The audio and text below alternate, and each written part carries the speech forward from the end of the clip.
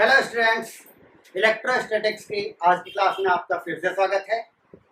Coulomb's law में पिछले video में हमने कौन कौन से टॉपिक्स पढ़े थे?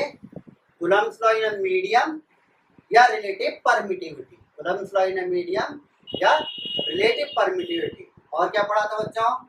Coulomb's law in vector form. Coulomb's law in vector form, ये दो टॉपिक्स मैंने आप लोगों को करा दिए थे। ठीक, आज हम इन दोनों टॉपिक्स पर बेस्ड क्वेश्चंस करेंगे, क्योंकि हमने क्वेश्चंस नहीं किए। तो उस वीडियो को मैं एकदम अलग से रखना चाहता था कि अगर किसी को थ्योरी पढ़ना है रिलेटिव परमिटिविटी या फिर Coulomb's law in vector form का, तो वो वाला वीडियो पूरा देख सकता है। आज हम लोग इन दोनों टॉपिक्स पर न्यूमेरिकल्स करेंगे। ठीक, बोर्ड लेवल से स्टार्ट करके जे एडवांस लेवल तक जाएंगे। ठीक, और आज इंटीग्रेशन के कुछ प्रॉब्लम्स कर लेंगे कूलम्ब्स लॉ पर। तो आज हम लोग कूलम्ब्स लॉ को फाइनली खत्म करेंगे। ठीक, आज हम लोग कूलम्ब्स लॉ को फाइनली खत्म करेंगे। इन दोनों टॉपिक्स पर पहले क्वेश्चंस करेंगे, फिर इंटीग्रेशन के कुछ प्रॉब्लम्स कर लेंगे और बाकी सब प्रॉब्लम्स हम लोग कर चुके हैं। राइट, ठीक, तो हम लोग स्टार्ट करते हैं Coulomb's law in a medium पर based, Coulomb's law in a medium या रिलेटिव परमिटिविटी पर बेस्ड क्वेश्चन से। ठीक, तो थोड़ा सा रिवाइज करा देता हूं मैं। Coulomb's law in a medium, Coulomb's law in a medium में मैंने आप लोगों को क्या सिखाया था कि force in a medium, force in a medium vacuum के मुकाबले रिलेटिव परमिटिविटी टाइम्स घट जाता है। राइट, ठीक है। Coulomb's law in a medium या रिलेटिव परमिटिविटी में पहला कोड पढ़ा था, यानी पहले पार्ट में मैंने क्या आप लोगों को सिखाया था कि जब भी हम किसी मीडियम में जाएंगे तो कूलम्बिक फोर्स घट के मिलेगा।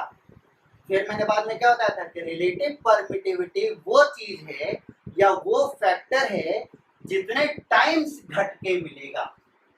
राइट, किसी मीडियम में जाने पर कूलम्बिक फोर्स हमें घट के मिलेगा और रिलेटिव परमिटिविटी वो फैक्टर है जितने टाइम्स घट कर मिलेगा। राइट, ठीक। फिर हमने एक और चीज लिखी थी कि permittivity of the medium will be equal to relative permittivity times permittivity of vacuum, relative permittivity times permittivity of vacuum. यानी कि रिलेटिव परमिटिविटी को हम ऐसे भी डिफाइन कर सकते हैं कि रिलेटिव परमिटिविटी वो फैक्टर है जितने टाइम्स परमिटिविटी बढ़कर मिलेगी।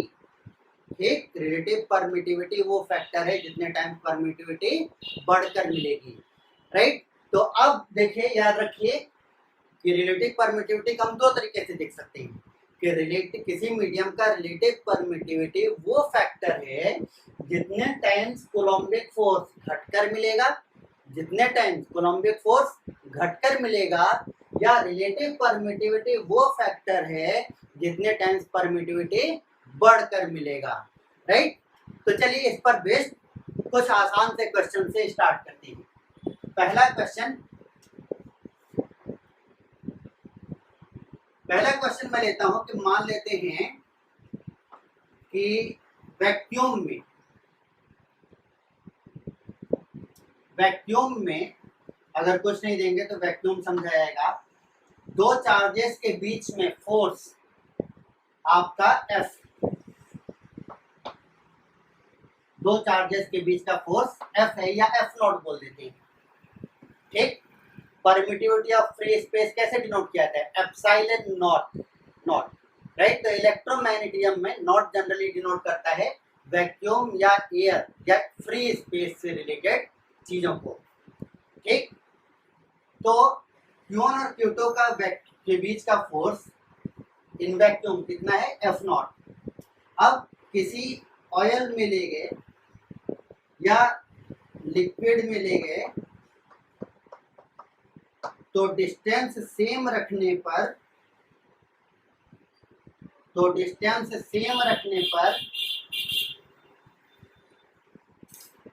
फोर्स जो है वो 4F0 हो गया।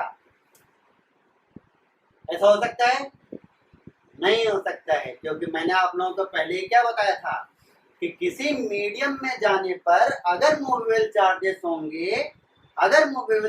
होंगे तो वो कोलम्बिक फोर्स को घटाएंगे, ठीक। और अगर नहीं होंगे तो वैक्यूम के बराबर ही मिलेगा, परंतु कभी भी बढ़कर नहीं मिलेगा। ये 4F नहीं हो सकता, ठीक। कितना बोल देते हैं इसको, F0/4, ठीक है। तो find out relative permittivity of liquid, find out relative permittivity of liquid, ठीक।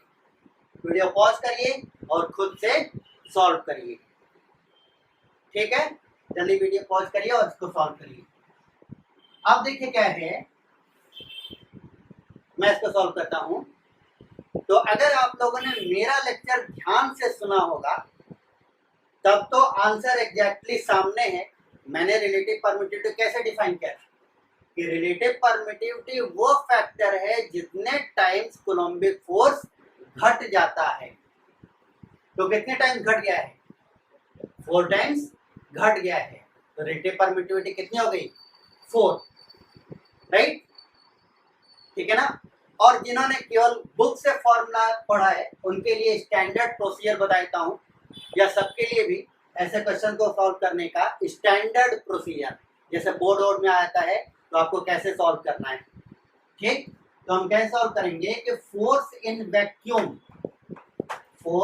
वैक्यूम कैसे दिया जाएगा, 1/4πε0 Q1 Q2 upon R square, Q1 Q2 by R square, right, ठीक। अब फोर्स इन दिस मीडियम आपका सपोज FM लिख लेते हैं, फोर्स इन द मीडियम को, कितना हो जाएगा 1/4πε0 इंटू एप्सिलॉन R,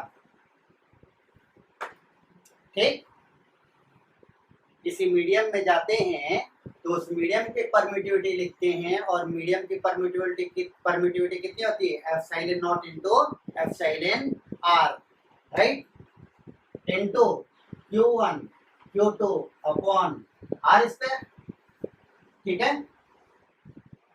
अब इसको डिवाइड कर दीजिए, ठीक है। अब सिंपल है, इसको डिवाइड कर दीजिए। तो F0 upon F in the medium is equal to क्या क्या कट जाएगा, ये पूरी चीज कट जाएगी, 4πε0 कट जाएगा, और एप्सिलॉन R रिलेटिव परमिटिविटी घूम के ऊपर चला जाएगा,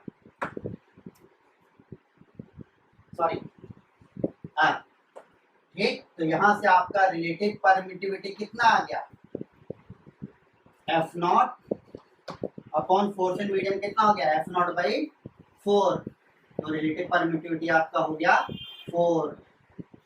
चेक करो, सबका सही होगा मेरे ख्याल से, ठीक है ना, एकदम सिंपल।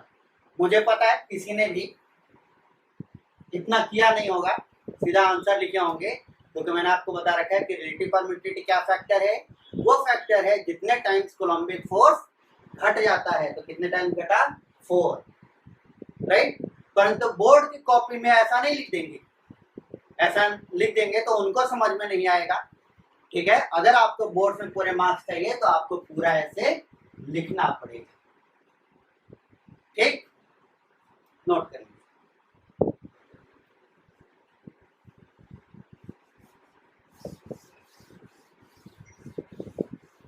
अब अगले क्वेश्चन पर चलते हैं।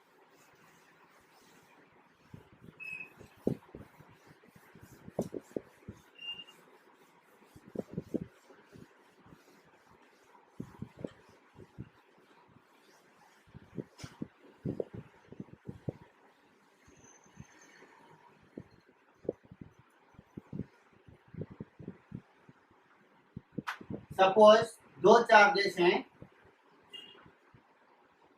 Q1 Q2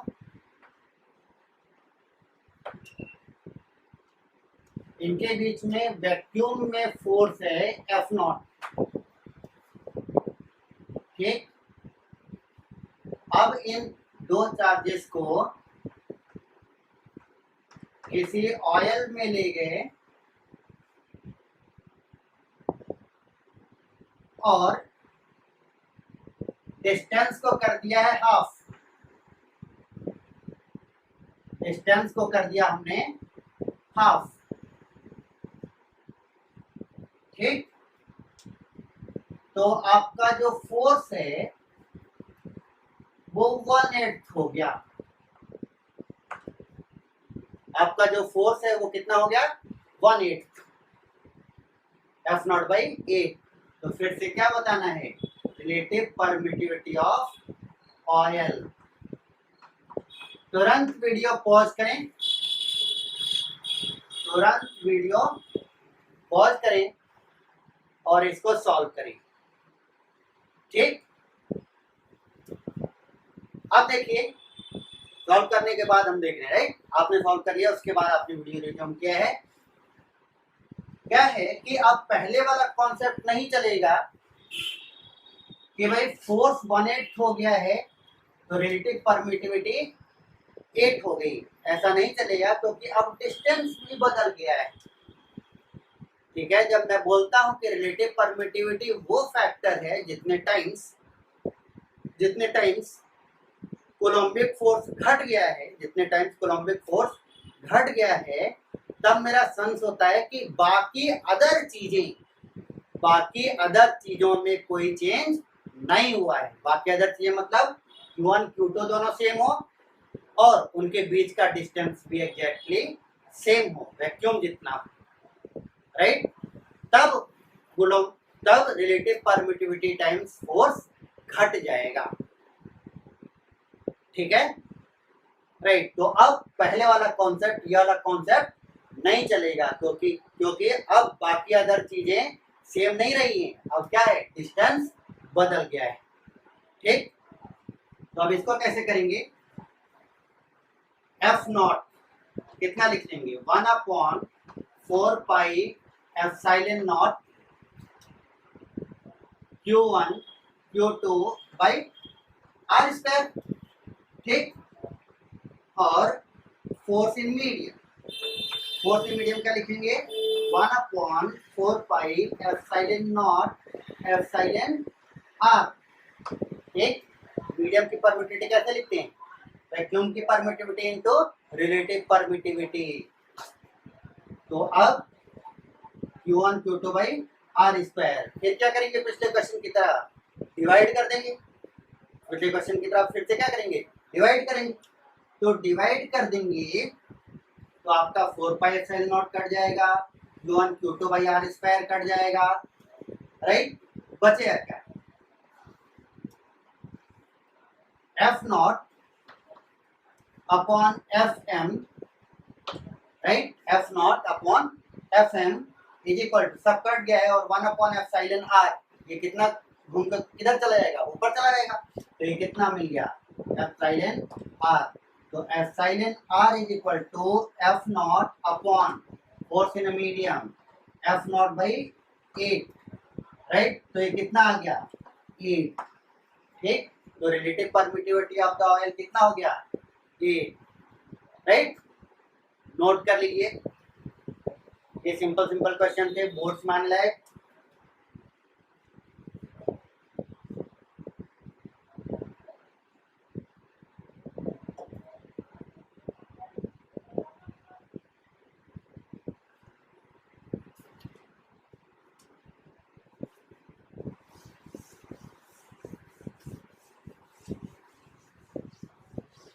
अब तीसरे क्वेश्चन पर चलते हैं। ये क्वेश्चन आपका जेईई मेंस में आया हुआ है। ठीक, अभी जो हमने 2 क्वेश्चन किए तो बोर्ड लेवल के थे, अब थोड़ा सा ऊपर का क्वेश्चन करते हैं। हालांकि ये क्वेश्चन जेईई मेंस में आया था, लेकिन जे एडवांस के लेवल पर भी है ये। ठीक, जे मेंस वाले कभी कभी अच्छा क्वेश्चन पुट कर देते हैं, ऐसा अच्छा क्वेश्चन जो जे एडवांस के भी लायक होता है। ठीक है, तो इस क्वेश्चन को लिखिए, two identical spheres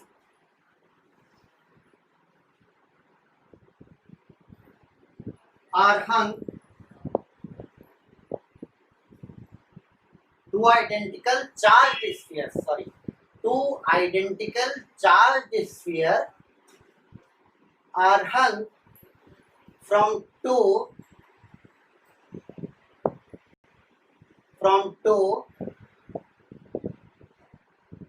different strings of same length, from two different strings of same length,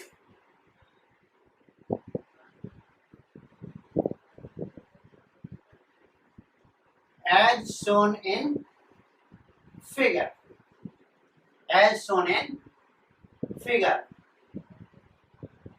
ठीक, अब देखिए क्या है कि दो charge spheres,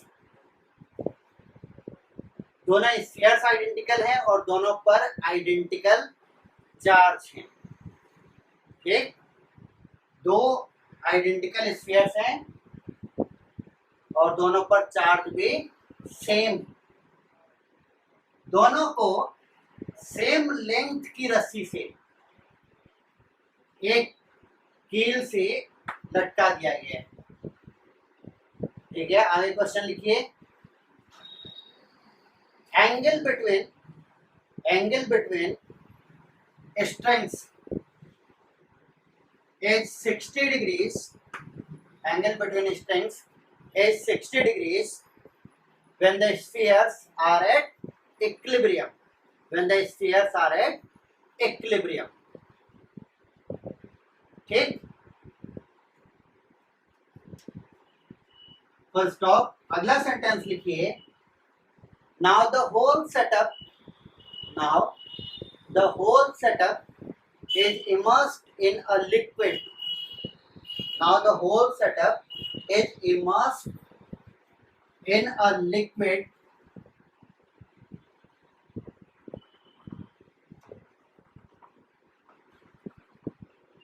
of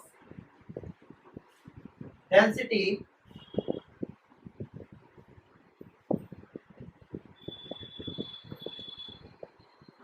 sigma is equal to 0.5 gram per centimeter cube, sigma is equal to 0.5 gram per centimeter cube।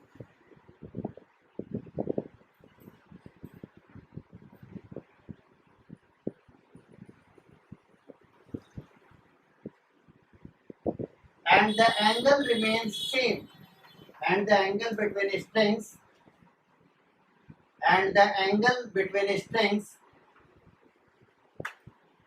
remains same।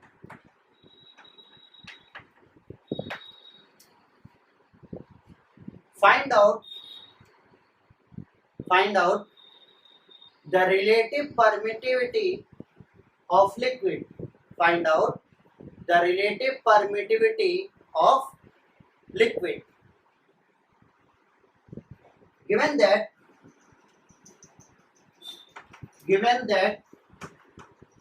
density of spheres is equal to 1.5 gram per cc, is equal to 1.5 gram per cc। ठीक है, question बहुत lengthy था। ठीक है, तो मैं इस question को फिर से रिपीट करता हूं, two identical charged spheres are hung from strings of same length and the strings make an angle of 60 degrees with each other at equilibrium, equilibrium पर दोनों स्ट्रिंग्स के बीच में एंगल बन रहा है 60 degrees. when the whole setup when or then the whole setup is immersed in a liquid of density sigma is equal to 0.5 gram per cc and the angle between strengths remains same. Then find out the dielectric constant or relative permittivity, same चीज. Then find out the dielectric constant or relative permittivity of the liquid. Given that density of spheres is 1.5 gram per cc. ठीक है, ये question right, बना लीजिए.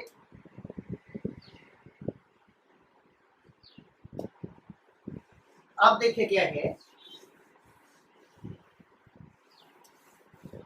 कि पहले तो air वाली सिचुएशन को हम पूरी तरह से एनालाइज करते हैं. ठीक, और इसमें थोड़े से 11th की जरूरत पड़ेगी, 11th के नॉलेज की जरूरत पड़ेगी. राइट, तो सबसे पहले तो वीडियो पॉज करिए और खुद से ट्राई करिए, उसके बाद आप मेरा सोल्यूशन देखिए. तो हम सॉल्व करते वक्त सबसे पहले एयर वाली सिचुएशन को एनालाइज करेंगे कि जब ये एयर में है, तो एयर में है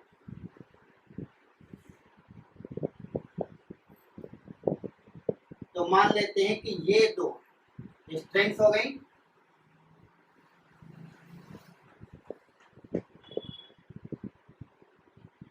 इस एंगल को थीटा सब कुछ जनरल मान लेते हैं, वैल्यूज बाद में पुट करेंगे, कैलकुलेशन थोड़ी आसान हो जाती है. ये एयर में है तो एक टेंशन इधर रहे. ठीक, बहुत ध्यान से इस सोल्यूशन को देख लेंगे, ठीक है ना. तो इस प्रकार के और भी बहुत सारे क्वेश्चन आते हैं, स्ट्रिंग से लटका देंगे वगैरह वगैरह. तो जैसे एक कील है, उससे दो स्ट्रिंग्स ऑफ लेंथ L, दो बॉल्स हैं M मास, उन पर चार्जेस हैं Q चार्ज, दोनों पर Q चार्जेस हैं. तो दोनों को जब ऐसे छोड़ देंगे तो दोनों एक दूसरे पर इलेक्ट्रोस्टैटिक फोर्स लगाएंगे. दोनों एक दूसरे पर इलेक्ट्रोस्टैटिक फोर्स लगाएंगे तो एक दूसरे को रिपेल करेंगे. एक दूसरे को रिपेल करेंगे तो एक दोनों दूसरे से दूर जाएंगे. राइट, और कुछ दूर जाके रुकेंगे, कुछ दूर पर जाकर के रुकेंगे. और जब रुकेंगे तो हम बोलेंगे कि इक्विलिब्रियम आ गया है. तो इक्विलिब्रियम में कुछ ऐसी सिचुएशन होगी. ये थोड़ा सा छोटा बड़ा बनाए, ठीक, सॉल्यूशन लेंगे इसलिए मैं इसको छोटा बना रहा हूँ, आप अच्छे से बनाइएगा. ठीक, जब कुछ रुकेंगे कुछ दूर जाकर के तो ऐसी कुछ सिचुएशन होगी और ये दोनों एंगल्स बराबर होंगे. ठीक, अब देखिए क्या है कि इसका अगर हम फ्री बॉडी डायग्राम बनाएं किसी एक का, तो नीचे mg, ऊपर टेंशन ऐसे रस्सी के अलावा, और एक इलेक्ट्रोस्टैटिक फोर्स भी तो लगेगा Fe, जिसे मैं बोल देता हूं. राइट, या फिर ये एयर या फ्री स्पेस में है तो इसको मैं F0 से डिनोट कर देता हूं, इस इलेक्ट्रोस्टैटिक फोर्स को, जो इलेक्ट्रोस्टैटिक फोर्स लग रहा है. राइट, अब अगर मैं एक्सिस ऐसा चूज कर लूं, एक वर्टिकल एक हॉरिजॉन्टल, ये वाला एंगल थीटा तो ये वाला एंगल भी थीटा, तो क्या टेंशन के दो कंपोनेंट्स हो जाएंगे, T cos theta and T sin theta. इसको ऐसे काट देते हैं. अब अगर ये इक्विलिब्रियम पर है तो T sin theta must be equal to electrostatic force and T cos theta must be equal to, ऊपर लगने वाला फोर्स नीचे लगने वाला फोर्स तो बराबर होना चाहिए, कितना, mg. राइट, तो अब देखिए क्या है, ये अगर डिवाइड करते हैं, डिवाइड कर दें तो कितना मिल गया, tan theta is equal to F naught upon M G, F naught upon M G. एक तो हमको ये मिल गया एयर में, ठीक है। एयर में हमने इतनी रिसर्च कर ली, ठीक है, कोई दिक्कत। फिर से बता देता हूँ, दो बॉल्स जिनके मासेज mm है, दोनों पर चार्ज QQ है, आपने रस्सी से लटका दिया, सेम लेंथ की रस्सियां हैं, तो दोनों एक दूसरे के रिपेल करेंगी, कहीं एक जगह जाकर के रुकेंगी, जहां पर रुकेंगी वो इक्विलिब्रियम पोजीशन होगी। उस इक्विलिब्रियम पोजीशन पर मैं इस वाले का किसी एक का फ्री बॉडी डायग्राम बना रहा हूं। तो mg नीचे की तरफ, इलेक्ट्रोस्टैटिक रिपल्सन एयर में है तो मैंने इसे एफ नॉट मान लिया है। इधर की तरफ टेंशन रस्सी के लॉन्ग ऐसे लगेगा, ये एंगल थीटा है तो ये एंगल भी थीटा हो जाएगा।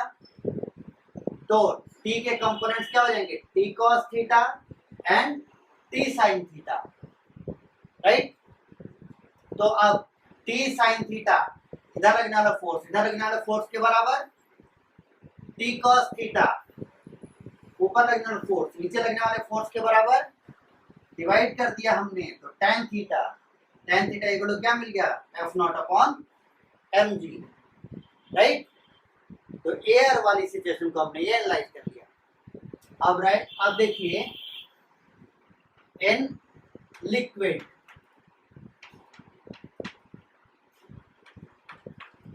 लिक्विड में चलते हैं। तो जब आप लिक्विड में जाएंगे तो देखते हैं कि क्या क्या चेंजेस आएंगे।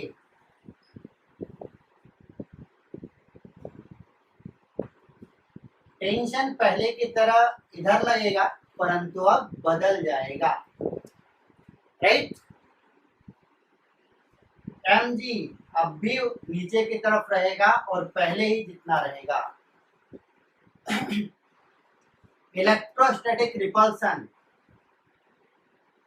ठीक है, इलेक्ट्रोस्टैटिक रिपल्सन बदलेगा कि नहीं बदलेगा, बदल जाएगा। तो क्या आपने आप उसे लिक्विड में ले गए, ठीक है, तो पर मीडियम चेंज हो गया तो कोलम्बिक फोर्स चेंज हो गया, तो बाकी सब देखने की जरूरत नहीं है, हो सकता है कि सेम आए, राइट।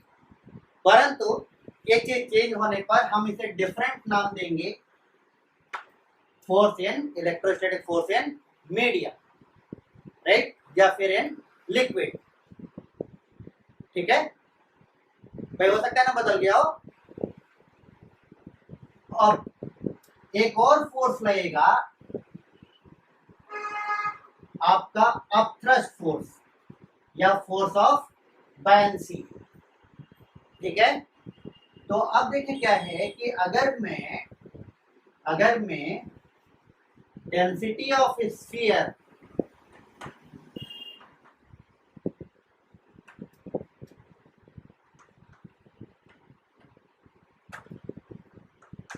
रो मान लूं और डेंसिटी ऑफ लिक्विड दिया भी गया है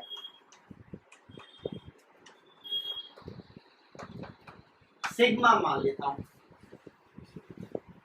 ठीक है। तो अपथ्रस्ट फोर्स एक ऊपर लगे और अपथ्रस्ट फोर्स कितना लगता है, वॉल्यूम ऑफ बॉल, तो जितना इसका वॉल्यूम रहेगा उतना ही लिक्विड डिस्प्लेस किया होगा, वॉल्यूम ऑफ बॉल, ठीक, into density of the liquid, जितना लिक्विड डिस्प्लेस किया, कितना लिक्विड डिस्प्लेस किया अपने वॉल्यूम के बराबर, तो कितना मास लिक्विड का डिस्प्लेस किया उसका volume into density of liquid, तब ना मास ऑफ लिक्विड होगा। और उस डिस्प्लेस लिक्विड का वेट के लिए जी से मल्टीप्लाई कर, राइट, ठीक। और इस mg को हम लोग कितना लिख सकते हैं,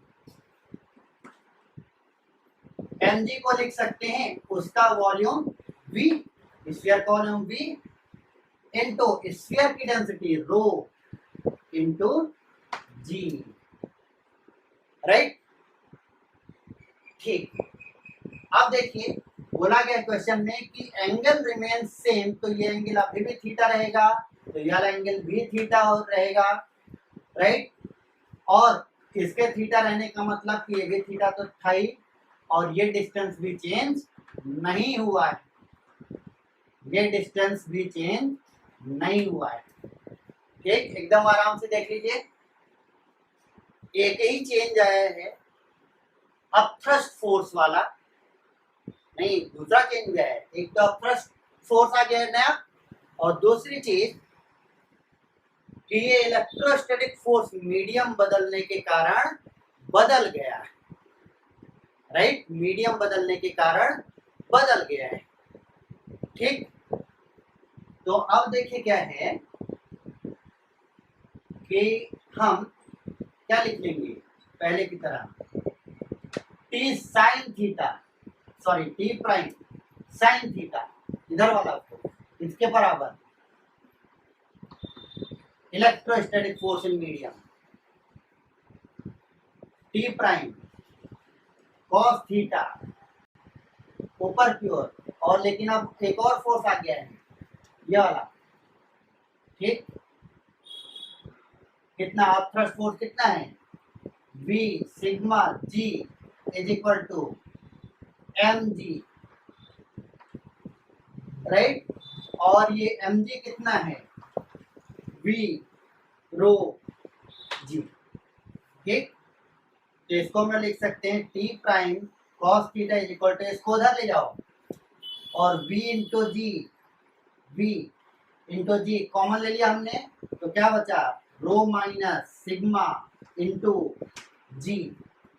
ठीक, अब डिवाइड कर दो, ठीक है। तो अब डिवाइड करेंगे तो कितना मिलेगा, tan theta is equal to,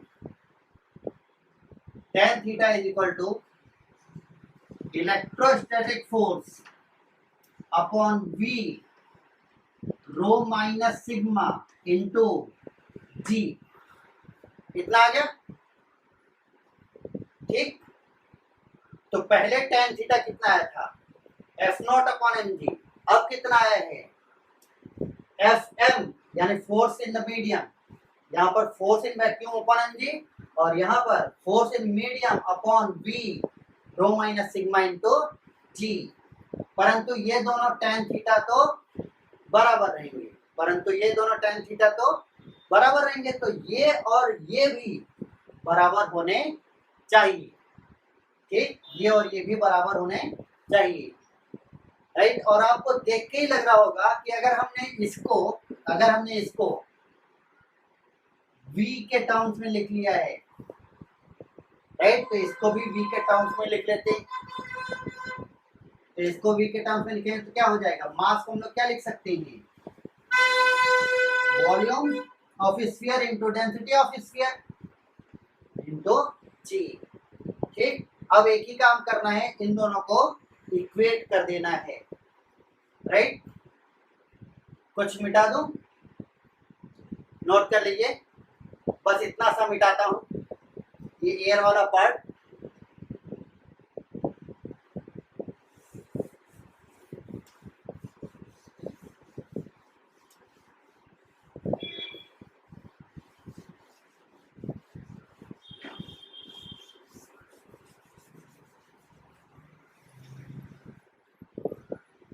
तो अब इन दोनों को इक्वेट करेंगे, तो F naught upon V rho G is equal to F in medium upon V rho minus sigma into G, right. तो F in medium is equal to, हम क्या लिख सकते हैं, यहां से V और G कट गया,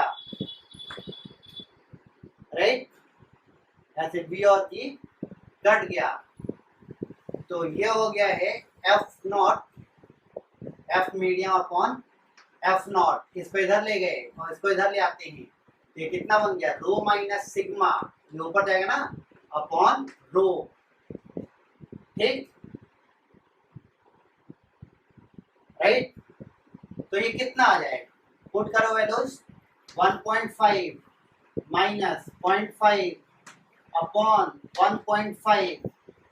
ठीक, क्या यूनिट कन्वर्ट करने की जरूरत है, बिल्कुल नहीं, कारण क्या है कि यूनिट्स कट जाएंगी, ग्राम पर सेंटीमीटर क्यूब हर एक में कट जाएगा। ठीक, तो ये सारे डेसिमल्स चले गए, तो 15 माइनस 5 10, 10/15,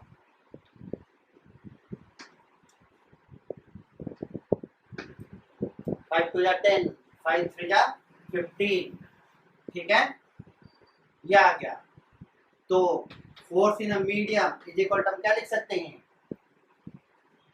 रिलेटिव परमिटिविटी वो फैक्टर है जितने टाइम फोर्स घट जाता है, जितने टाइम फोर्स घट जाता है। तो इसको हम लोग एफ नॉट को इधर ले जाओ। ठीक, और इसको ऐसा लिख लो, 1 अपॉन, इसको नीचे ले आएंगे तो कितना बन जाएगा, 3/2। तो कितने टाइम्स घट गया है, 3/2 टाइम्स घट गया है। तो रिलेटिव परमिटिविटी कितनी हुई, 3/2, यानी आंसर कितना हुआ, 1.5। इसको मिटा के लिख देते हैं, कितना घट गया है ये, 3/2 टाइम्स हो गया है, घट गया है। तो रिलेटिव परमिटिविटी कितनी हो गई, 3/2 या फिर 1.5। ठीक, नोट कर लीजिए।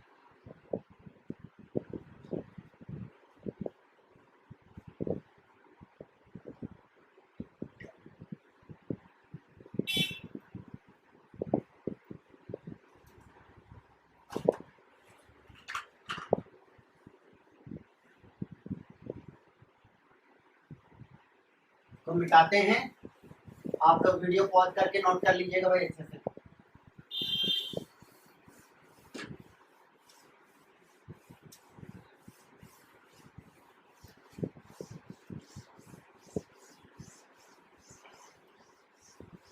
जो लोग इस क्वेश्चन को खुद से नहीं सॉल्व किए थे वो दोबारा इसको एक बार सॉल्व कर लेंगे। ठीक, थोड़ा सा लेंगे बस और कुछ नहीं।